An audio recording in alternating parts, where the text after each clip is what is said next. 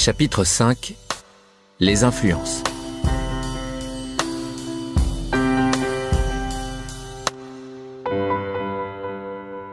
Vous comprenez à présent, j'espère, l'importance de vos choix.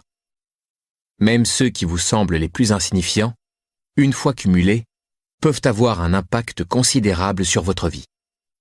Nous avons également discuté du fait que vous êtes responsable à 100% de votre vie. Vous êtes seul responsable des choix que vous faites et des actions que vous entreprenez.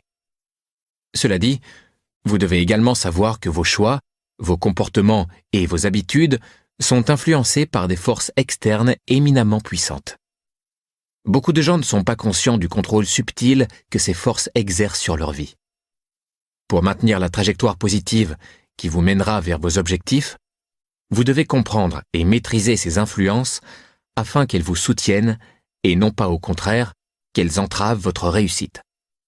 Ainsi, nous sommes tous touchés par les 3 influences suivantes.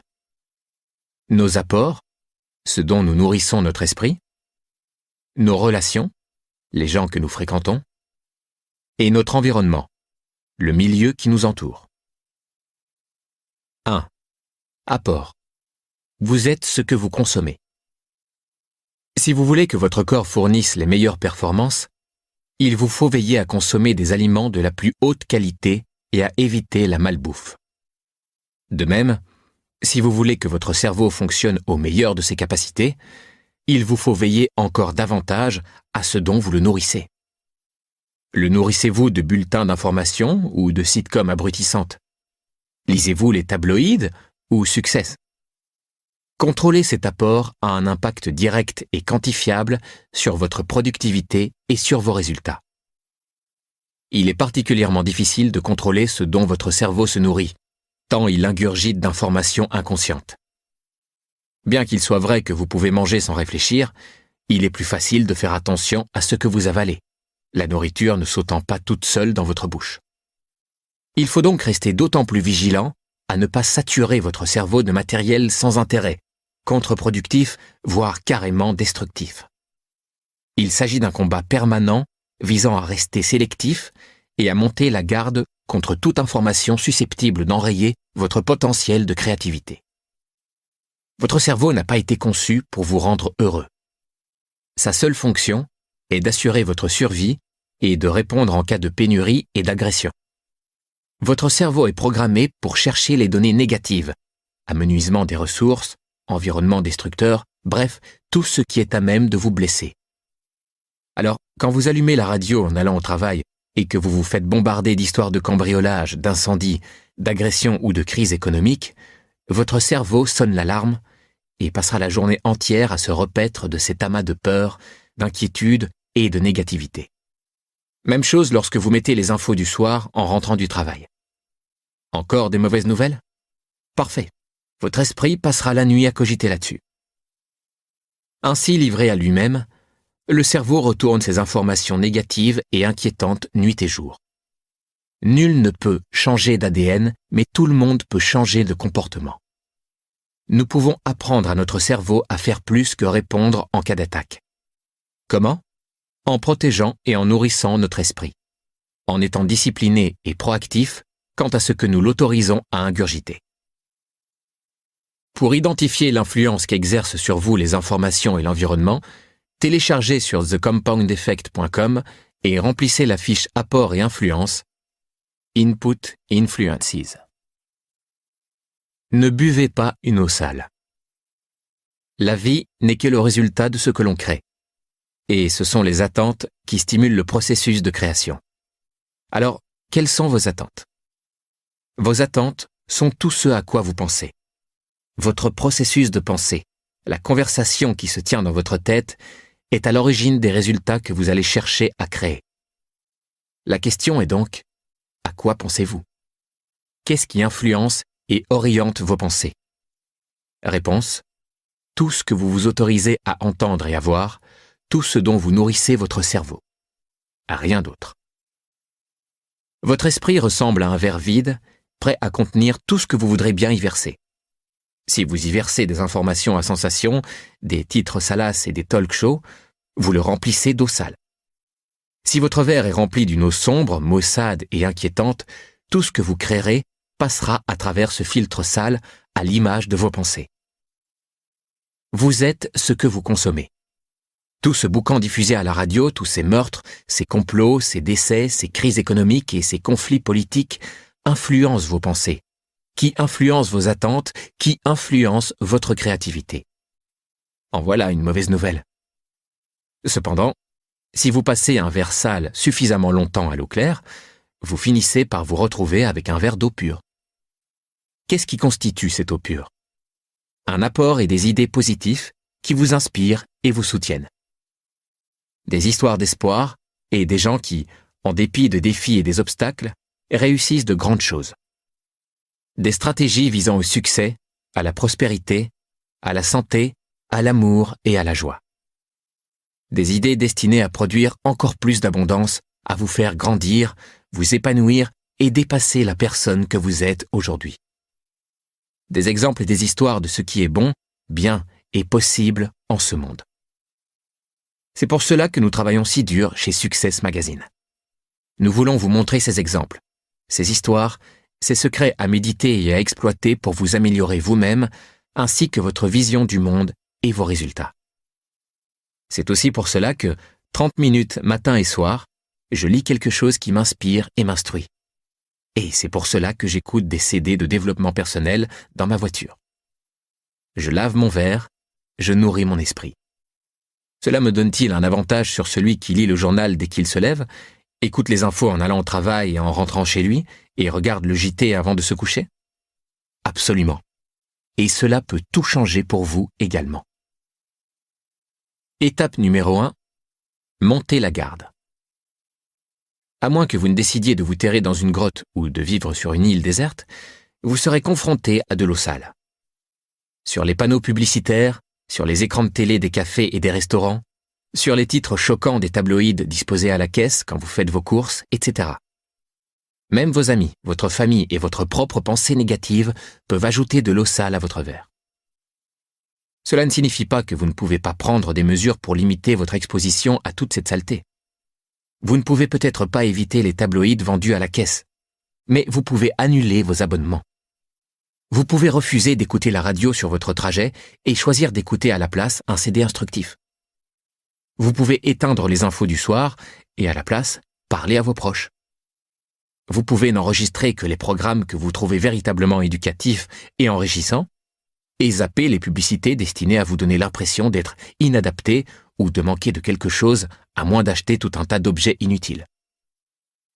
Je n'ai pas vraiment grandi avec la télévision. Je me souviens avoir regardé quelquefois Solid Gold et l'Agence Tourisque. Vous vous souvenez?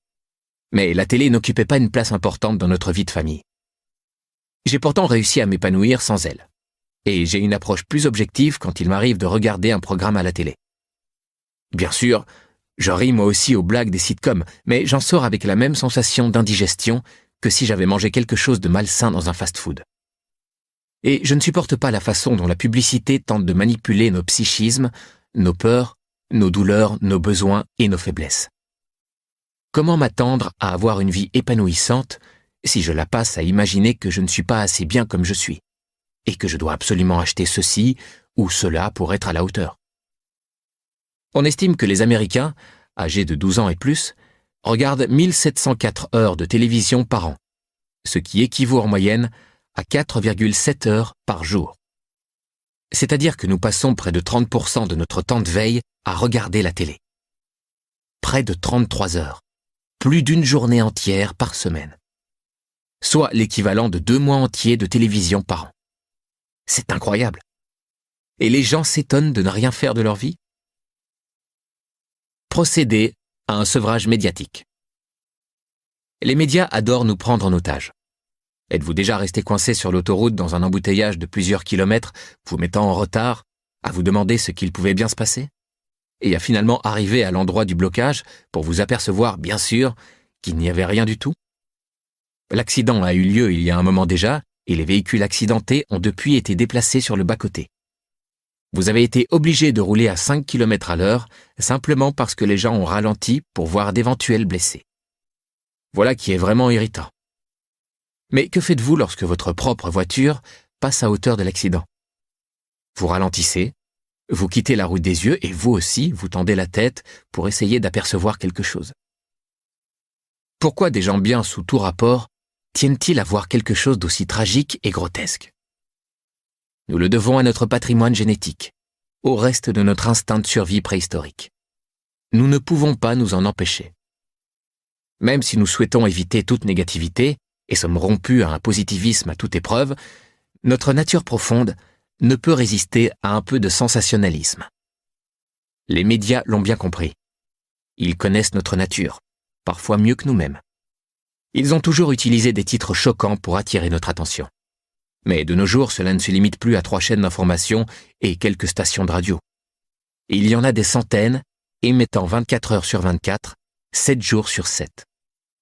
Les quelques journaux papier ont été remplacés par des infinités de liens Internet qui viennent nous débusquer jusque sur nos téléphones portables.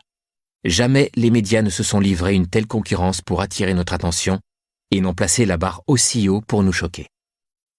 Ils dénichent une douzaine des événements les plus haineux, scandaleux, criminels, meurtriers, sordides et horribles qui soient chaque jour et les étalent jusqu'à plus soif dans nos journaux, sur nos chaînes d'information et sur Internet. Pendant ce temps, pendant cette même période de 24 heures, des millions d'événements merveilleux, magnifiques, incroyables ont eu lieu. Pourtant, nous en entendons très peu parler.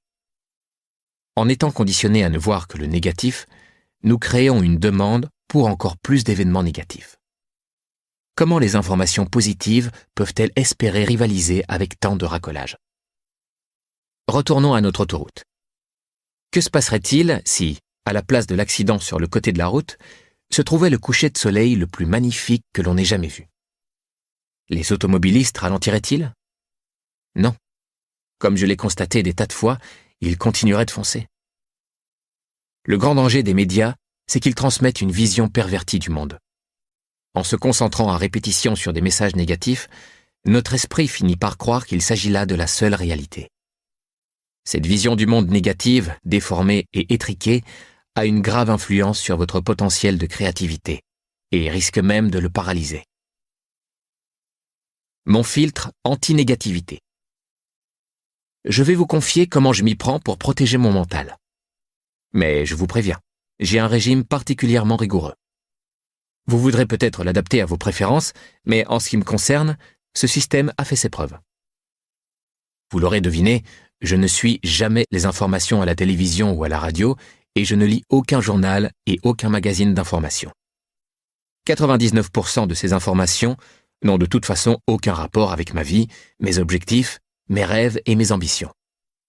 J'ai installé un flux RSS qui m'envoie les nouvelles et les innovations de mon domaine qui, elles, ont directement à voir avec mes intérêts et mes objectifs.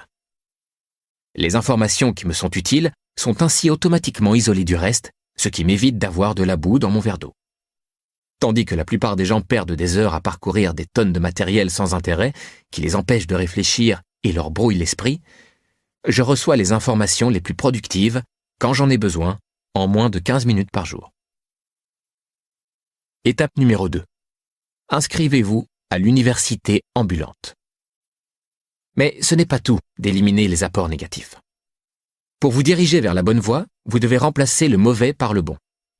Ma voiture ne fonctionne pas sans 2 choses, de l'essence et une discothèque perpétuelle de CD instructifs que j'écoute en conduisant. Un Américain moyen parcourt plus de 19 000 km en voiture par an, soit 300 heures de potentiel purificateur. C'est Brian Tracy qui m'a appris à transformer ma voiture en salle de classe ambulante. Il m'a expliqué qu'en écoutant des CD instructifs durant mon temps de transport, je pouvais bénéficier de l'équivalent de 2 semestres d'enseignement supérieur chaque année. Pensez-y. Optimisez le temps que vous perdez couramment à écouter la radio et vous pourriez obtenir l'équivalent d'un doctorat en leadership, en vente, en construction de richesses, en relations ou en quoi que ce soit d'autre qui vous intéresse. Cette stratégie, alliée à votre routine de lecture, vous séparera du reste du troupeau, à coups de CD, de DVD ou de livres. 2. Relations. Qui vous influence? Qui se ressemble, s'assemble. Les gens avec qui vous avez l'habitude de vous associer constituent votre groupe de référence. À en croire les recherches du professeur David McClelland, sociopsychologue à l'université de Harvard, votre groupe de référence détermine près de 95% de votre réussite ou de votre échec. Avec qui passez-vous le plus de temps? Qui sont les gens que vous admirez le plus? Ces deux groupes de personnes sont-ils exactement les mêmes? Si ce n'est pas le cas, pourquoi? Jim Rohn m'a appris que nous devenons la moyenne des 5 personnes avec lesquelles nous passons le plus de temps. Pour Rohn, notre niveau de santé, de comportement et de salaire correspond à celui des gens qui nous entourent. Ceux avec qui nous passons le plus de temps déterminent le type de conversation qui suscite notre intérêt et le genre de comportement et d'opinion auxquels nous sommes régulièrement exposés. À terme, nous commençons à manger comme eux, à parler comme eux, à lire la même chose qu'eux, à penser comme eux, à regarder la même chose qu'eux, à traiter les gens comme eux et même à nous habiller comme eux. Le plus amusant, c'est que bien souvent nous ne sommes absolument pas conscients des similarités qui nous unissent à ce cercle de 5 personnes. Comment se fait-il que nous n'en soyons pas conscients? Parce que cela ne se fait pas en un instant. Ces associations se font progressivement. Leur influence est si subtile qu'elle revient à nager dans l'océan en ayant l'impression de faire du surplace, avant de lever la tête et de se rendre compte que le courant nous a imperceptiblement poussés à 1 kilomètre du rivage. Par exemple, vos amis ont pour habitude de commander des amuse-gueules ou des cocktails avant dîner. Si vous sortez souvent avec eux, vous vous retrouvez rapidement vous aussi à grignoter des chips en buvant une autre bière ou un autre verre de vin pour les accompagner. Pendant ce temps, vos autres amis commandent des plats diététiques en parlant de leur lecture et de leurs ambitions professionnelles et vous commencez à intégrer leur comportement et leurs habitudes. Vous lisez ce qu'ils lisent, vous partagez les mêmes sujets de conversation, vous regardez les films qui les intéressent et vous visitez les lieux qu'ils vous recommandent. L'influence de vos amis, positive ou négative, est si subtile qu'elle a toujours un impact incroyable. Alors méfiez-vous. Vous ne pouvez pas mener une vie positive en fréquentant des gens négatifs. Alors, en termes de salaire, de santé ou de comportement, quelle est la moyenne des 5 personnes avec lesquelles vous passez le plus de temps? Si la réponse vous fait peur, la meilleure façon de vous rapprocher de ce que vous désirez est de passer la plus grande partie de votre temps en compagnie de personnes qui possèdent déjà les qualités auxquelles vous aspirez. Vous constaterez alors que leur influence agit en votre faveur et non pas l'inverse. Les comportements et les attitudes qui ont aidé ces personnes à acquérir le succès que vous admirez feront un peu partie de votre vie quotidienne. Fréquentez-les suffisamment longtemps et vous serez vous aussi à même d'obtenir les mêmes résultats. Si vous ne l'avez pas déjà fait, notez le nom des 5 personnes que vous voyez le plus. Écrivez également leurs caractéristiques principales, qu'elles soient positives ou négatives. Peu importe qui sont ces personnes. Votre conjoint, votre frère, votre voisin ou votre assistant. Maintenant, établissez leur moyenne. Quelle est leur moyenne de santé? Leur moyenne financière? Leur moyenne en termes de relations? Étudiez les résultats et demandez-vous, cette liste me convient-elle? Est-ce la direction que je souhaite donner à ma vie? Il est temps de réévaluer vos rapports avec les gens qui vous entourent et leur ordre de priorité. Les relations que vous entretenez avec eux peuvent en effet vous enrichir, vous appauvrir ou vous laisser sur le carreau. Maintenant que vous avez commencé à réfléchir à ces relations, allez plus loin. Comme Jim Rohn me l'a appris, il peut être utile de les évaluer et de les classer en 3 catégories. Les dissociations, les relations à restreindre et les relations à cultiver. Pour évaluer vos relations actuelles, téléchargez et remplissez la fiche Évaluation des relations, Association Evaluator, que vous pourrez trouver sur thecompoundeffect.com. Les dissociations. Vous surveillez les influences auxquelles vos enfants sont exposés et les gens qu'ils fréquentent. Vous êtes conscient du fait que ces gens peuvent avoir un impact sur vos enfants et sur leurs choix. Ce même principe s'applique à vous et vous le savez bien. Il y a des gens avec lesquels vous devriez couper les ponts, complètement. Ce n'est pas facile, mais c'est essentiel. Vous devez choisir de ne plus laisser certaines influences négatives vous affecter. Déterminez la qualité de vie que vous souhaitez obtenir et entourez-vous de gens qui représentent et soutiennent cette vision. Moi-même, j'éloigne de ma vie les gens qui refusent d'aller de l'avant et de vivre de façon positive. Modifier les relations que vous entretenez avec les gens est un processus de longue haleine. Certains peuvent me trouver trop rigoureux à cet égard, mais je préfère être ainsi. J'ai été amené à travailler avec quelqu'un que j'appréciais beaucoup, mais qui, dès que la crise économique a frappé, passait son temps à se concentrer sur l'horreur de la situation et sur les difficultés de son entreprise. J'ai fini par lui dire « Écoute, il faut que tu cesses de présenter la situation de manière aussi négative. C'est à croire que tu cherches à tout prix à te conforter dans l'idée que la situation est catastrophique. » Il a persisté à vouloir noircir le tableau à tout prix, et j'ai finalement décidé de rompre notre relation professionnelle. Lorsque vous ferez le choix difficile de dresser des barrières entre vous et ceux qui vous tirent vers le bas, vous vous apercevrez qu'ils tenteront de vous en empêcher, surtout ceux qui sont le plus proches de vous. Votre décision de mener une vie plus positive, plus ciblée, ne sera en effet que le reflet inverse de leur mauvaise décision. Vous les mettrez mal à l'aise, et ils tenteront de vous ramener à leur niveau. Leur résistance ne signifie pas qu'ils ne vous aiment pas ou qu'ils ne vous souhaitent pas ce qu'il y a de meilleur. En fait, il ne s'agit même pas de vous, mais de leur propre peur et de leur propre culpabilité à l'idée d'avoir fait de mauvais choix et de manquer de discipline. Sachez donc qu'il ne sera pas facile de couper les ponts. Les relations à restreindre. Il y a des gens avec qui vous pouvez passer 3 heures, mais pas 3 jours. D'autres avec qui vous pouvez passer 3 minutes, mais pas 3 heures. N'oubliez jamais que l'influence de ces relations est à la fois forte et subtile.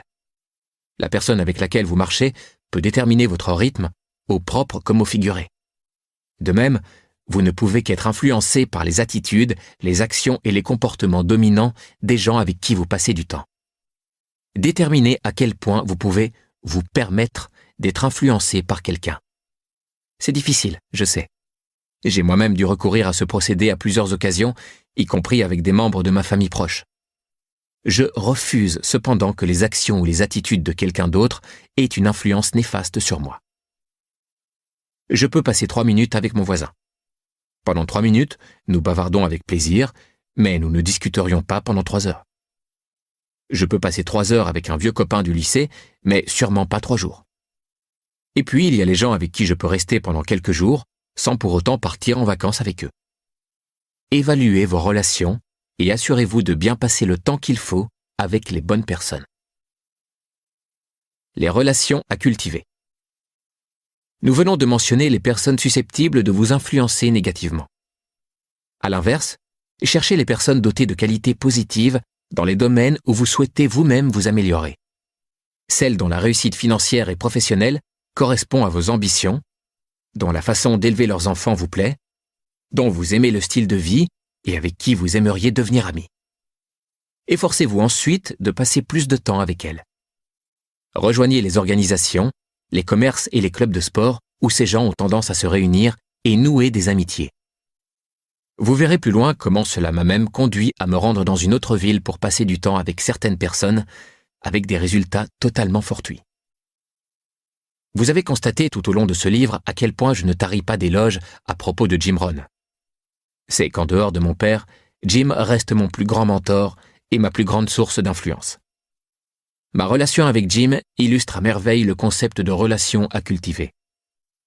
Bien que je n'ai dîné avec lui que quelques fois et passé que peu de temps à lui parler, au cours de nos interviews et dans les coulisses de quelques événements, j'ai passé énormément de temps à écouter Jim dans ma voiture ou à lire ses écrits dans mon salon. J'ai ainsi passé plus de 1000 heures à recevoir des instructions directes de Jim, à 99% à travers ses livres et ses programmes audio. Le plus intéressant, c'est que, où que vous vous trouviez, à la maison, à vous occuper de vos enfants ou à prendre soin de parents âgés, au bureau entouré de gens avec qui vous avez peu en commun, ou en pleine campagne, loin du moindre immeuble, vous pouvez vous aussi bénéficier des enseignements d'un mentor. Pour peu que ce dernier ou cette dernière ait mis ses pensées, ses histoires et ses idées à disposition dans un livre, sur CD, DVD ou podcast. Vous bénéficiez d'une source illimitée. Tirez-en profit. Si vous souhaitez une meilleure relation, plus profonde, plus significative, demandez-vous qui a le type de relation que je recherche. Comment puis-je passer du temps, plus de temps, avec cette personne? Qui puis-je rencontrer qui pourrait m'influencer de manière positive? Laissez son influence déteindre sur vous. Devenez ami avec la personne qui, à vos yeux, réussit le mieux dans votre domaine. Que lit-elle? Où déjeune-t-elle? En quoi peut-elle vous influencer? Inscrivez-vous à des réseaux, des associations de type Toastmaster ou autres organisations de ce genre. Trouvez les organisations caritatives, les chorales, les clubs où se réunissent ceux que vous souhaitez émuler. Trouvez-vous un compagnon d'excellence. Une autre façon de rencontrer des gens avec lesquels vous souhaiteriez entamer une relation durable est de vous associer à quelqu'un qui sera aussi déterminé que vous à étudier et à se développer. Cette personne doit être quelqu'un en qui vous avez confiance. Quelqu'un qui n'aura pas peur de vous dire ce qu'il pense vraiment de vous, de vos attitudes et de votre performance. Il peut tout aussi bien s'agir d'un ami de longue date que de quelqu'un qui vous connaît très peu. L'idée est de recevoir et de donner un avis extérieur, objectif et honnête.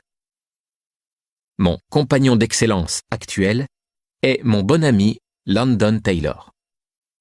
Comme je l'ai déjà expliqué, nous nous appelons chaque vendredi pendant 30 minutes pour discuter de nos victoires, de nos défaites, de nos solutions et de nos trouvailles de la semaine, et pour nous dire où nous en sommes de nos projets. Me savoir redevable envers Landon m'aide à rester d'autant plus impliqué pendant toute la semaine. Je prends note des échecs de Landon ou des commentaires dont il a besoin et je m'assure de lui demander, la semaine suivante, où il en est à ce propos. Il me rend l'appareil. Nous sommes ainsi redevables l'un envers l'autre. Il peut par exemple me demander « Bon, tu t'es admis t'être planté sur ce point la semaine dernière et tu t'es engagé à agir pour que ça change. Alors qu'as-tu fait cette semaine pour y remédier ?» En tant que directeur, nous menons tous deux une vie active. Cela n'a donc de cesse de me surprendre que nous réussissions malgré tout à faire cela chaque semaine sans exception. Ce n'est pas facile. Je suis parfois au milieu de ma journée et je me dis « Oh zut, il faut que je lui téléphone ». Mais souvent, au cours de notre appel, je suis vraiment heureux que nous ayons cette conversation. Le simple fait de préparer cet appel et de devoir réfléchir à mes principales victoires et défaites de la semaine m'apprend des choses sur moi-même. Cette semaine, j'ai confié à Landon « Tu sais, j'ai des tas de projets en cours. J'écris un livre, je m'aperçois de beaucoup de choses et je fais des tas de découvertes surprenantes, mais pas une seule qui vaille réellement la peine que je t'en parle. » Il m'a répondu « Je veux que ce soit la dernière fois que tu n'aies pas quelque chose de valable à me raconter. » Gloops. « Ne triche pas, m'a-t-il dit. J'ai bien reçu le message. En fait, si je trichais, c'était seulement envers moi-même, en ne parvenant pas à identifier une seule chose qui soit suffisamment mémorable pour la partager avec lui. C'est un défi de taille que je vous propose, si vous êtes prêt à le relever. Vous voulez une opinion franche et honnête? Trouvez des gens qui tiennent suffisamment à vous pour vous dire la vérité telle qu'elle est et posez-leur les questions suivantes. Comment me vois-tu? À ton avis, quelles sont mes forces? Dans quel domaine dois-je m'améliorer? À quel niveau ai-je tendance à saboter mes efforts? Quelle est la chose que je devrais arrêter de faire? Quelle est la chose que je devrais commencer à faire? Investissez dans un bon mentor. Paul J. Meyer a lui aussi été mon mentor par le passé. Paul est décédé en 2009 à l'âge de 81 ans. À chaque fois que je pensais véritablement bien réussir, que je croyais avoir atteint un haut niveau, je contactais Paul, qui me faisait redescendre sur terre. L'étendue de ses activités était tout bonnement abasourdissante. J'ai passé beaucoup de temps avec lui. Paul a acheté l'une de mes sociétés et j'ai repris l'une des siennes. C'est un être qui a beaucoup marqué ma vie. Au bout de 2 heures passées en sa compagnie à l'entendre parler de tous ses projets, toutes ses entreprises et ses activités, j'avais mal à la tête. Tenter de comprendre ses objectifs suffisait à m'épuiser. Au bout de 2 heures, j'avais besoin d'aller me coucher. Pourtant, cette relation a développé mes perspectives, car alors que je marchais encore, il était déjà en train de courir. Il m'a fait comprendre que je pouvais être bien plus ambitieux que je ne l'étais. C'est toujours bien de s'entourer de ce genre de personnes. Nul n'est trop bon pour avoir un mentor. Lors de mon interview avec Harvey McKay, ce dernier m'a confié « Me croiriez-vous si je vous disais que j'ai eu 20 coachs? Un pour m'apprendre à m'exprimer en public, un pour m'apprendre à écrire, un pour m'apprendre le sens de l'humour, un pour m'apprendre les langues étrangères, et ainsi de suite. » J'ai toujours trouvé intéressant que les gens situés au plus haut de l'échelle, ceux qui réussissent vraiment, s'avèrent être ceux qui sont disposés à engager les meilleurs coachs et les meilleurs formateurs. Cela prouve qu'un tel investissement est payant. Trouver un mentor ne doit pas nécessairement être un processus mystérieux ou intimidant. En fait, Ken Blanchard m'a expliqué à quel point c'était simple. Success, janvier 2010. Il faut se souvenir qu'un mentor ne doit pas forcément vous consacrer beaucoup de son temps. Les meilleurs conseils que j'ai reçus m'ont été donnés au cours d'entrevues brèves, d'un petit déjeuner ou d'un déjeuner, tandis que je racontais ce sur quoi je travaillais et que je demandais conseil. Vous serez surpris de constater à quel point les hommes et les femmes d'affaires les plus prospères sont disposés à vous conseiller si cela ne leur prend pas beaucoup de temps. John Wooden affirme lui aussi que beaucoup de gens aiment jouer les mentors. Success, septembre 2008. Être un mentor signifie laisser une véritable empreinte. C'est le meilleur héritage que l'on puisse laisser. C'est un processus infini. C'est la raison pour laquelle on se lève tous les matins, pour enseigner aux autres et apprendre des autres. Il explique également qu'il ne s'agit pas d'un processus à sens unique. Tout individu doit être disposé à recevoir des conseils. Nous nous devons de rester prêts à ce que notre entourage influence, modèle et renforce nos vies et nos esprits. Recrutez votre propre conseil consultatif. Déterminé à devenir plus sage, plus stratégique, à fonctionner de manière plus efficace et à interagir plus intensément et plus souvent avec des leaders d'opinion, j'ai mis au point mon propre conseil consultatif. J'ai personnellement sélectionné une douzaine de personnes pour leur domaine d'expertise, leur capacité à penser de manière créative et ou par respect pour qui elles sont. Une fois par semaine, je fais appel à plusieurs d'entre elles afin de solliciter leurs idées, discuter de certaines réflexions avec elles et leur demander leurs opinions. Depuis que j'ai mis ce processus au point, je peux vous assurer que j'en ai tiré de réels bénéfices. Bien plus que ce à quoi je m'attendais. C'est surprenant, mais les gens les plus géniaux sont heureux de partager leur savoir si vous leur portez un intérêt véritable. Alors, qui choisir dans votre conseil consultatif ? Entourez-vous de gens positifs qui ont atteint le niveau de réussite auquel vous aspirez.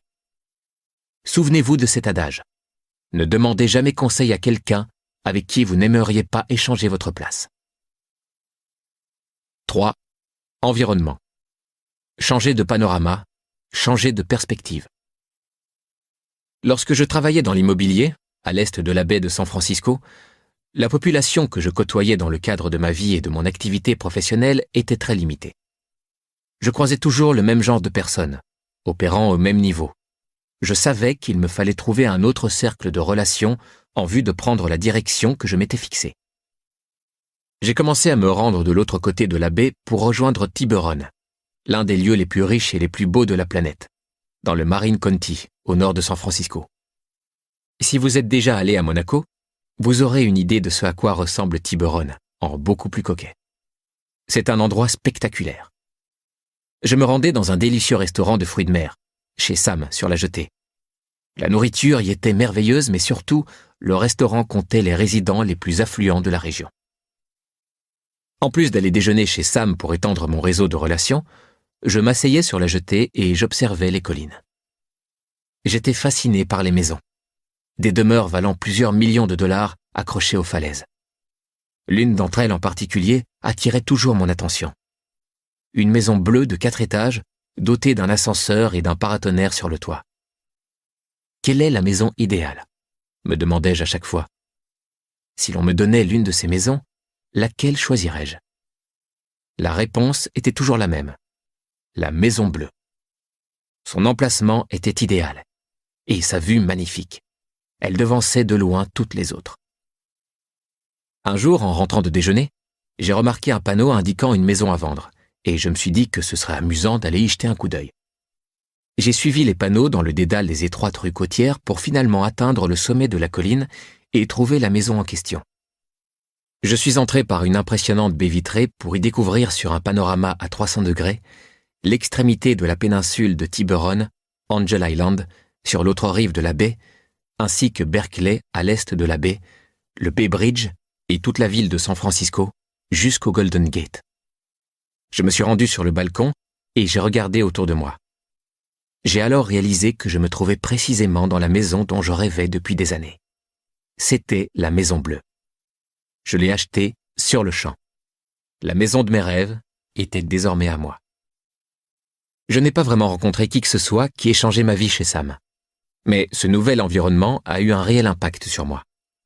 Admirer toutes ces maisons bordant les collines a motivé mon ambition et mes rêves.